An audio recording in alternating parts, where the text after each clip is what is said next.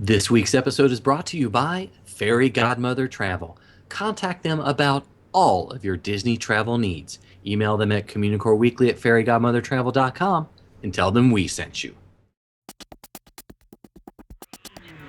Communicore Weekly. Come on and get geeky with Bob around boats and five-legged goats. Communicore Weekly. You might get some freaking. You waited all week. I'm sure you already know this. Greatest online show.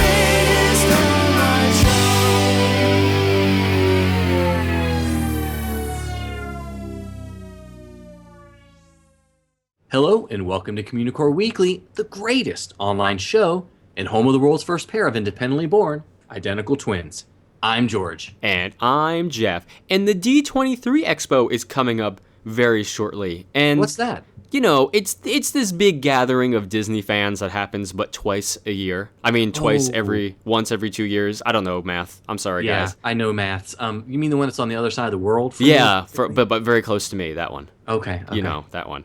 Gotcha. Anyway, if you are going to D23 and you can sing, even if you can just sing kind of, let me know because we're going to be doing something. If you email me at communicoreweekly@gmail.com, I'll give you a little more information. I'm being purposely vague about it, but it'll be a lot of fun. So shoot us an email, communicoreweekly@gmail.com, and I promise if you're going, you'll have a blast. Now I did ride Fury 325 though. I mean, that's got numbers in it. Does that That count? does have numbers in it, and it kind of counts as math. So maybe Okay, I don't know. it has the same numbers, Yeah, but in a that's different right. order. Yeah, that's weird. Yeah. Should we well. just go to the history segment before we mess up math? Yeah, we probably should. Okay. It's time for Disney History.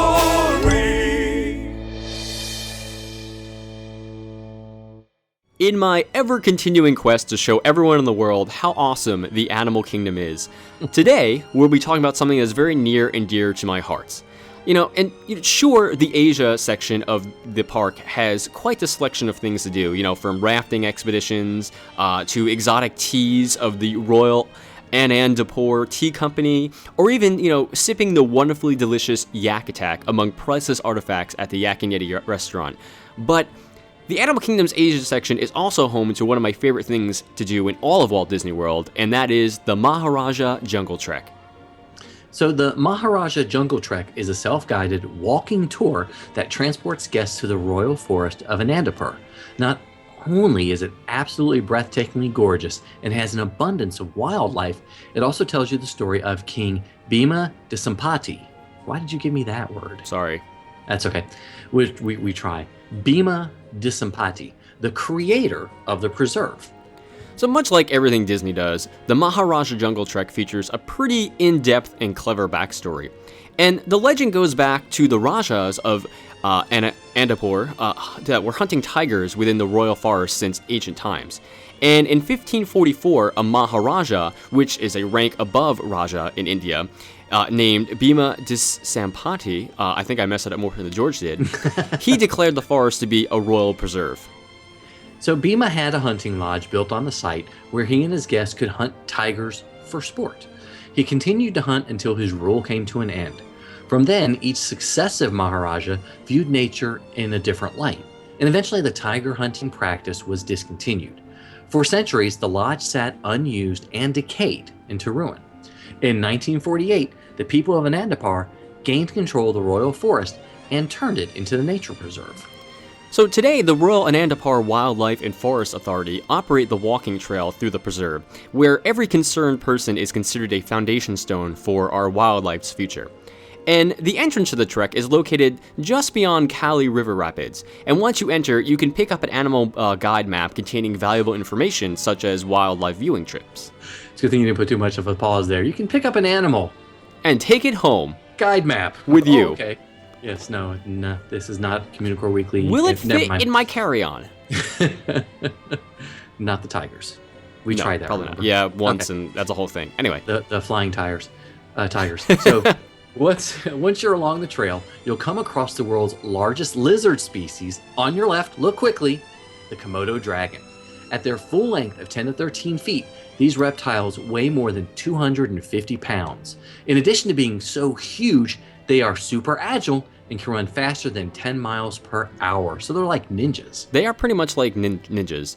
Nice. And when they hunt for food, the Komodo dragons use their snake-like tongues to find the scent of prey.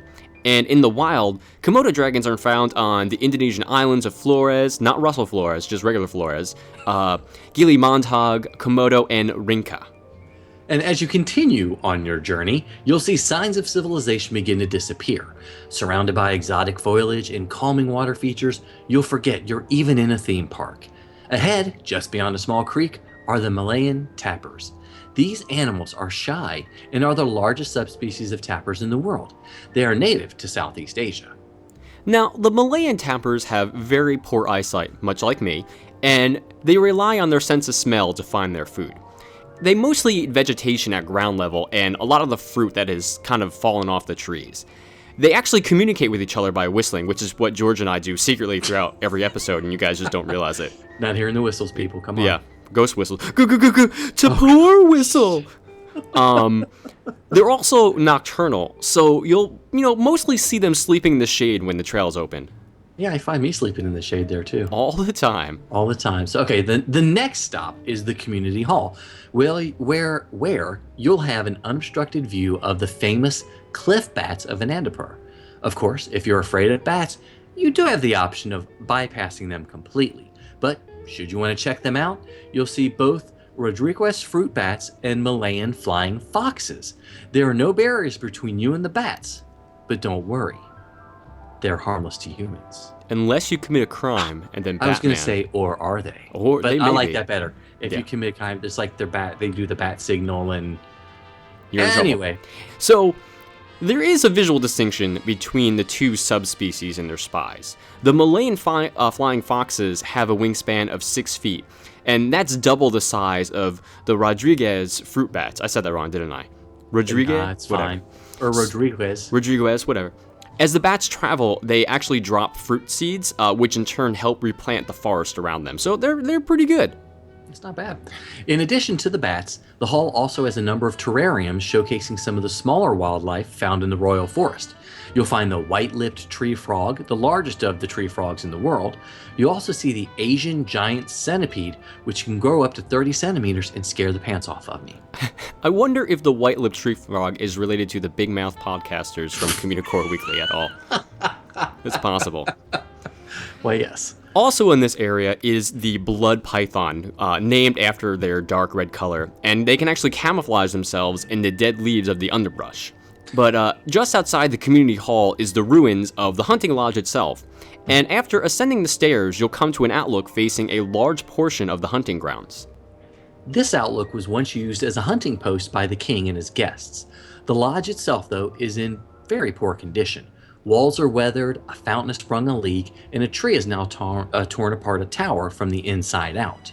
But, on this outlook is where you're able to view the majestic tigers of Anandapur for the very first time. They have 6 Asian tigers that have actually taken up residence within the lodge.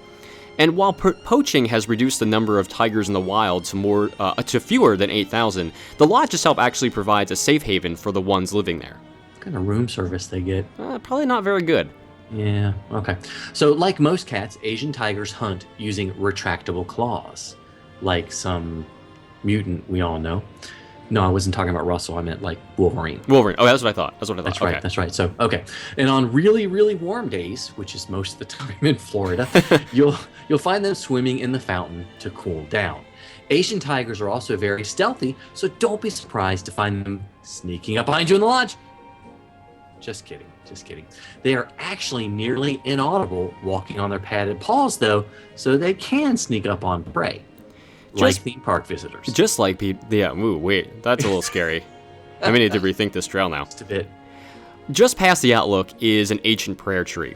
And the villagers of Anandapur place scarves and garlands on the tree to represent their prayers. And then they add bells to them once their prayers have been answered. But also in the lodge, you'll also find these murals depicting important events from the history of Anandapur. Beyond the tree is another ruined hallway with another chance to see the tigers and 4 murals depicting the Maharajas of Anandapur. The first mural is of Bhima Disampati. He's the only one depicted carrying a hunting weapon. Across from him is his successor, who was obsessed with material wealth much more than hunting. And after that, the next is depicted holding a large building, showing that he focused on rebuilding the decaying buildings of the kingdom. And the final Maharaja is shown living peacefully with nature. So each mural clearly shows the different styles and viewpoints of each Maharaja. The next courtyard shows many species coexisting peacefully with one another. Eld's deer, blackbuck antelope, banteng cattle, and several birds can be found here. The Eld's deer have spreading antlers, while the blackbuck have a unique, twisted horn. The blackbuck is also one of the fastest antelopes in the world, reaching up to 50 miles per hour, making it easy to outrun it on test track. I mean, easy to escape a tiger pursuing it. The banteng are very shy and avoid human contact if they can.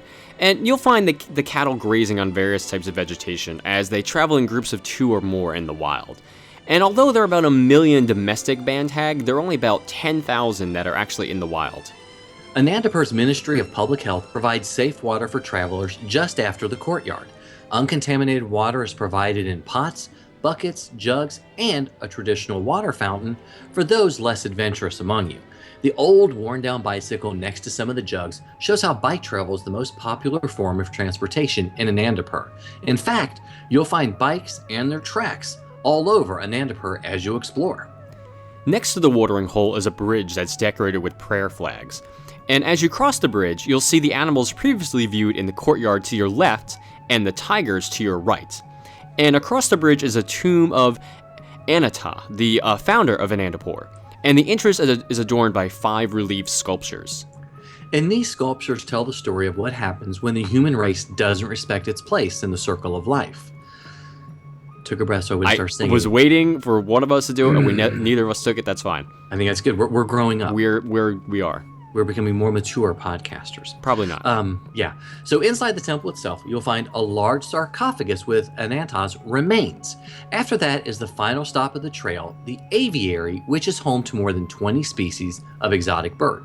And just as you enter, you'll trade your animal guide map for a bird viewing guide. And the birds found here are representative of the wide variety found throughout the entirety of Asia. Birds can be found living in all layers of the forest, including the few that can be found on the water. The aviary was once a large enclosed room, and in its heyday, it was the lodge's grand ballroom. There are central columns, ornate tiles, and partially destroyed walls. But much like the rest of the lodge, it has deteriorated over the years by the elements, and so it's open to the birds. As you leave the aviary, you're back outside the preserve and into the village. But hopefully you'll pick up on one of the reoccurring themes the Imagineers demonstrated during the walkthrough: nature's power over man. You know, the forest where man once intruded has been reclaimed by the wilds of the jungle. And the people of Anandapur decided that preserving this place was better than destroying it, learning the error of their ways. This theme goes along with the larger theme of the animal kingdom, that of conservation. And full-day parkness. Well, yeah, I mean, if you walk through all of that, sure. But if you skip it, then... That's what you're supposed to do. Like, when you're there, you're supposed to experience all the attractions and things you have to see. There is a really nice bathroom there right outside that cave. George, come on, man. I know that much. Eyes on the prize. Oh, okay. So, well, we want to know what you guys think about the Maharajah Jungle Trek at Disney's Animal Kingdom. Disney's full-day Animal Kingdom Park. Hashtag full-day park. Yeah, well, I figured you'd give me a nickel every time I say that. So, yep. But we want to know what you think. Nickel. So give us a call on the Communicore Weekly Hotline at 424-785-4628. That's 424-785-GOAT. He's a nerd, he's a geek, but we all like to hear him speak. So listen up to the words from his speech. It's George's Book of the Week. Cadets, this is going to be a short book review because I had to constantly remind George not to sing the Mickey Mouse Club March. Communicore Weekly Worldwide would like to apologize in advance for any singing from George or myself. So this week's book is Forever Hold Your Banner High, the story of the Mickey Mouse Club and What Happened to the Mouseketeers by Jerry Bowles, published in 1976, and it's 151 pages. Okay. Oh, it's going to be hard not to sing during this. I'm going to take away a nickel every time you do. Oh, man, and I earned one for the Animal Kingdom thing. Jeez. Okay, Forever Hold Your Banner High, the Mickey Mouse Club book, basically, looked pretty interesting, and it wasn't what I really expected at all. Jerry Bowles, the author, was someone that I wasn't familiar with, hasn't published a lot in the Disney role, but he did grow up in Virginia, and he remembers watching the first season of the Mickey Mouse Club, or the MMC, which is what the cool kids call it, so I'm not allowed to call it that. So, but he started watching it in 1955 when he was 10, he said, and according to him, it inspired him to go on to journalism school and eventually write this book, and as you'll see by the end of the review, completely obsess over Annette. But based on the blurb on the cover, it looks like, this is going to be sort of like a tell-all or an expose type of book. This is a book for fans of the Mickey Mouse Club and probably for people of a certain generation who really aren't historians by nature but want to read about this. Not every Mouseketeer is included in the book as well, which I thought was interesting because as you're going through it, the book is very easy to read, lots of photos, but I found myself grabbing my phone or my tablet in order to find photos of the Mouseketeers in order to tell them apart, And no, I'm not saying that all Mouseketeers look alike just because they wear the same hats. That's what it was. So this book does take a look at most of the heavy hitters from the Mouseketeers, including the Big Mousketeer, Roy Williams, who did invent the mouse ears, by the way, and Jimmy Dodd, their leader. It's surprisingly a very compelling story that does delve into the beginnings of the Mickey Mouse Club, as well as looking at how the first season, sort of worked. And as I mentioned, not every Mouseketeer is included, and the focus is on the Red Team, who are the everyday cast. And here's a who's who, wow, let that out in here, of who's covered. Lonnie, Darlene, Tommy, Cheryl, Bobby, Mickey, Doreen, Karen and Cubby, Sharon, and Annette. And Jeff. And Jeff, yeah. And there are actually 2 chapters focusing on Annette. One at the very beginning, which leads into her being chosen and sort of the creation of the Mickey Mouse Club. And the last chapter, which discusses Annette as the everyday housewife. And as I said, it's quite obvious Mr. Bowles was smitten with Annette. And me. So most of the book does focus on the years of the Mickey Mouse Club. And it sort of looks at what happened during those few short years it was on the air and what the Mouseketeers were doing about 20 years later, in the mid-70s. As I mentioned, it's a very easy book to read. Bowles has a great style. And he would look during each chapter at each Mouseketeer and talk about their role on the show. How did they join? How were they cast for it? And he would talk about their relationship with Walt and the other stars. And it sort of is set up like in an interview process where he actually met with each of the Mouseketeers and they talked about this. Very conversational in tone, really enjoyed it. And I think it's something that people would enjoy reading after maybe watching all the episodes, as well as adding to the general body of knowledge of the Mouseketeer history, so to speak. And, one of the threads that he talked about a lot through the whole book is how Annette really was one of the least talented Mouseketeers. Everybody said this. What? Yes, but ended up being one of the most famous. And they said, I think it was poor Darlene, who actually wasn't as cute, but had an incredible voice, was an incredible dancer, incredible comedian, but just couldn't catch a break. So it's kind of crazy. They said what the amount of fan mail that she received, Annette, was pretty unparalleled. And something that I forgot to write down, which is kind of neat, I grabbed my copy of the book right here. The very back of it actually has an appendix, which would be removed after it bursts. But it does tell you where. Thank you very much. That's librarian humor. Thank you. It gives you a list of the different parts of the shows, what they did, the years, the different serials like the Hardy Boys and the Spin and Marty. Gives you Monday was the when they had the Fun Music Day, blah, blah, blah, stuff with that. But also a listing of every article that he was able to find and pull up. Plot synopsis of all the shows, all the stars who produced it. So it's actually a pretty cool book. That's chock full of information. I like that. Yeah, I've had it for a long time and just was like, I think I'll take a look at it. Of course, in the mid-'70s when there was a lot of paraphernalia, a lot of stuff going on about the 50s, like Happy Days came into vogue. And they were about to do the new Mickey Mouse Club. So, I think anybody that's a fan of the Mickey Mouse Club is going to enjoy this book. And it is called Forever Hold Your Banner High, the story of the Mickey Mouse Club and what happened to the Mouseketeers by Jerry Bowles. And I've got to say, Hey there, hi there, ho there, we're as happy as can be. You are negative nickel right now. You don't know what you know till we know you. You just don't know. Here's one little fact we bet you didn't. One little fact we bet you didn't know.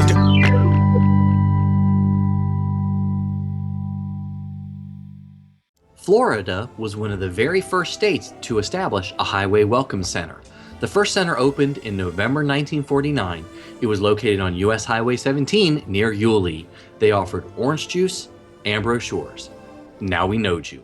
Sometimes it's a 1, sometimes it's a 2. When you gotta go, what you gonna do? It's a bathroom break. A bathroom break.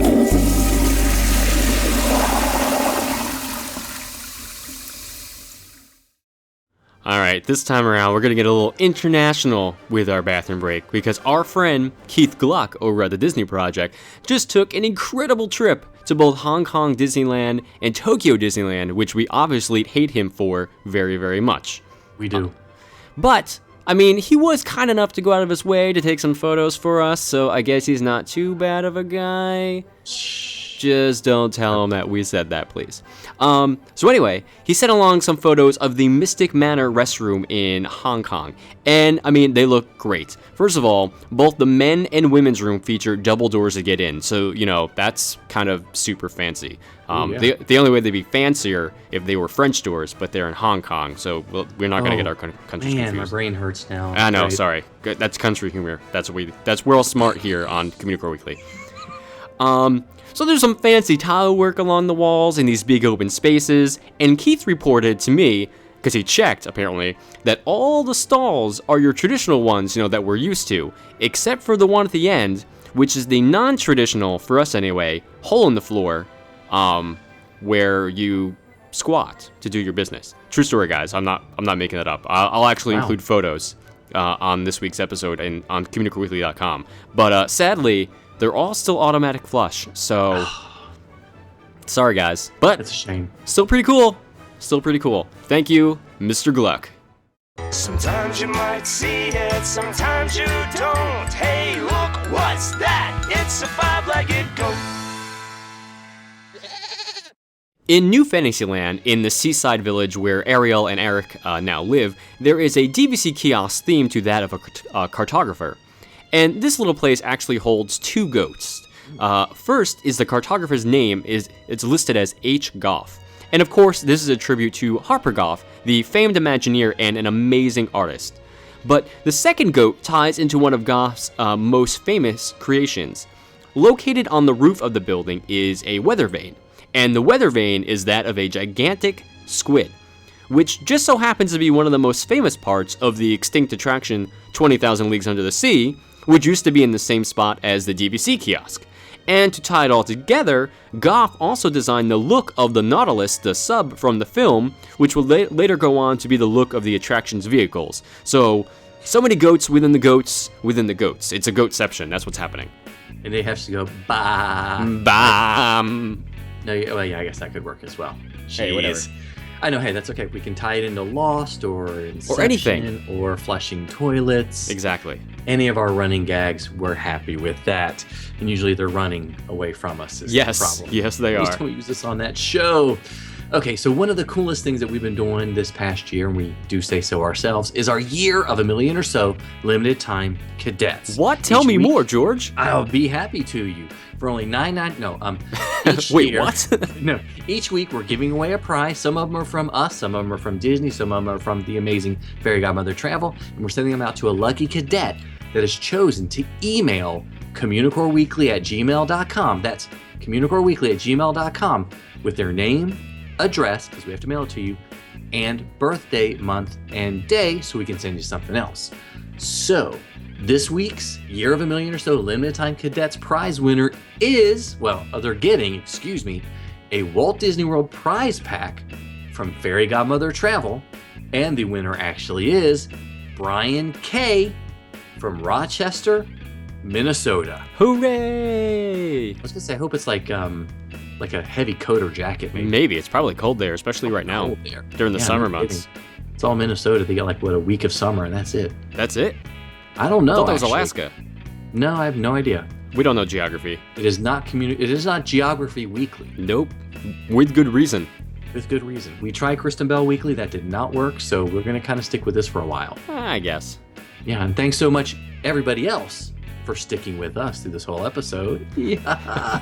And for watching and listening to another episode of Communicore Weekly. However you absorb the show, whether it's visually on YouTube or on iTunes or whatever, leave us a comment, rate us, whatever. We want to know what you thought about this week's episode.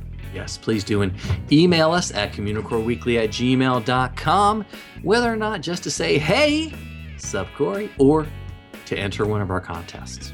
And of course, you can always like us on Facebook at facebook.com/Communicore Weekly. And follow us on Twitter, Instagram, and Periscope, because I've been scoping at some theme parks. Jeff has been scoping from his office at lunch. Pretty much. Pretty much, yeah. I'm at Imagine Nerding, and he's at Jeff Heimbach. And of course, you can give us a call on the Communicore Weekly Goat Line at 424-785-4628. And make sure you visit the Communa store at communicoreweekly.com, where you can get some awesome shirts. Like there's a Flushing shirt available. A brand new Flushing on Your Own Terms shirt. It is awesome. So visit communicoreweekly.spreadshirt.com to get your own fantastic Flushing on Our Own Terms shirt. And your terms. Whose terms? Our terms. Anyways, your terms. Sure. Okay. If you want your official cadet membership card and Communicore Weekly sticker, send a self-addressed stamped envelope to Communicore Weekly, P.O. Box 432, Orange, California 92856, and I will get it out to you. So make sure to visit patreon.com/Communicore Weekly to help find out how you can support the greatest online show. For Jeff Heimbach, I'm George Taylor. And for George Taylor, I'm Jeff Heimbach. Thanks so much for listening, guys and gals. We'll see you next time on Communicore Weekly, the greatest online show.